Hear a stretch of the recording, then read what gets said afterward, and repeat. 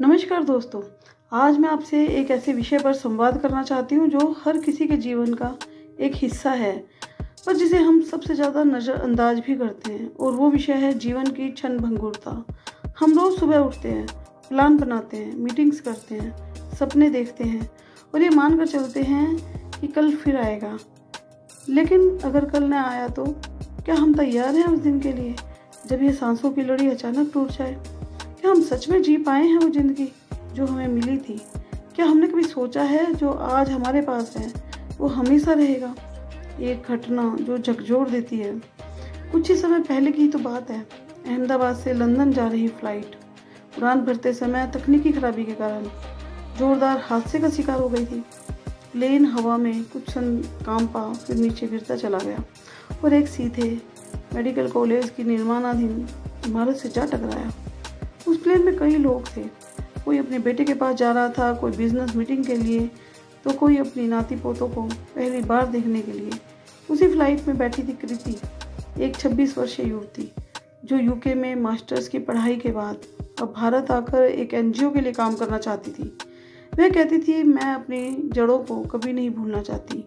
उसकी मुस्कान, उसके माता पिता की आंखों की चमक थी, लेकिन वो फ्लाइट अब केवल एक याद बन गई है। कृति का परिवार जो एयरपोर्ट पर मुस्कुराते हुए उसे विदा कर रहा था, अब चुप है। उस कॉलेज की छत पर जहाँ से कभी पढ़ाई की आवाज़ें गूंजने वाली थी, अब मलबा और खामोशी है। और सबसे बड़ी बात, एक क्षण में कई जिंदगियाँ सिर्फ यादें बन गई। हम क्यों भूल जाते हैं कि हम अमर नहीं हैं? सवाल ये है कि हम ऐसा क्यों सोचते हैं कि हमारे पास समय बहुत है।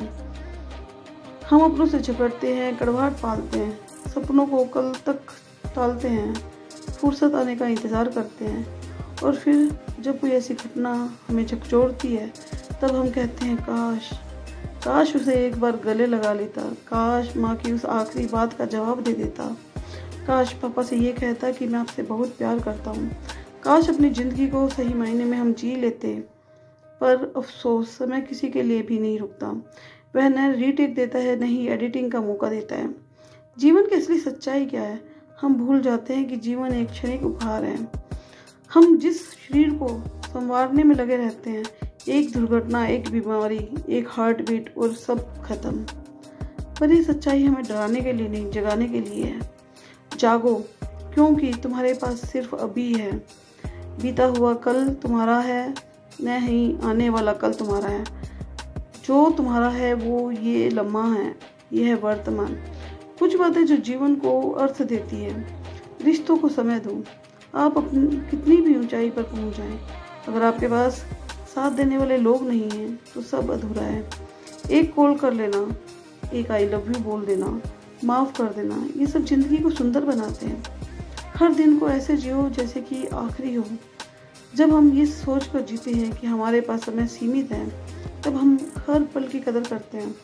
फिर हमें सूरज की पहली किरण में भी चमत्कार दिखता है और एक साधारण शाम भी यादगार बन जाती है। बोझ मत पालो। बुराई, जलन, घृणा, ये सब जिंदगी के बोझ हैं। इन्हें छोड़ो और हल्के होकर जियो। अपने सपनों को मत मारो। कौन जानता है कि आपके पास कितने साल और हैं? इसीलिए जो करने का मन है आज से ही शुरू करो। जीवन का मतलब क्या है? जीवन लंबा हो या छोटा, उसका मूल्य उसकी गहराई में है, न कि समय में। 5 साल भी कोई इस तरह से जी ले कि कई जिंदगियां बदल दे, तो वह एक लंबी उम्र से कहीं बेहतर है। भगवत गीता में भी श्री कृष्ण ने कहा है कि कोई भी व्यक्ति एक क्षण भी बिना कर्म के नहीं रह सकता। हर क्षण को सार्थक बनाना ही कर्म है और यही जीवन है।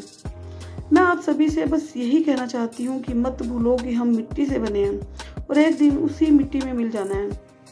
तो क्यों न वो मिट्टी जब तक चल रही है किसी के आंसू पोंछ दे, किसी का सहारा बन जाए, किसी का सपना बन जाए।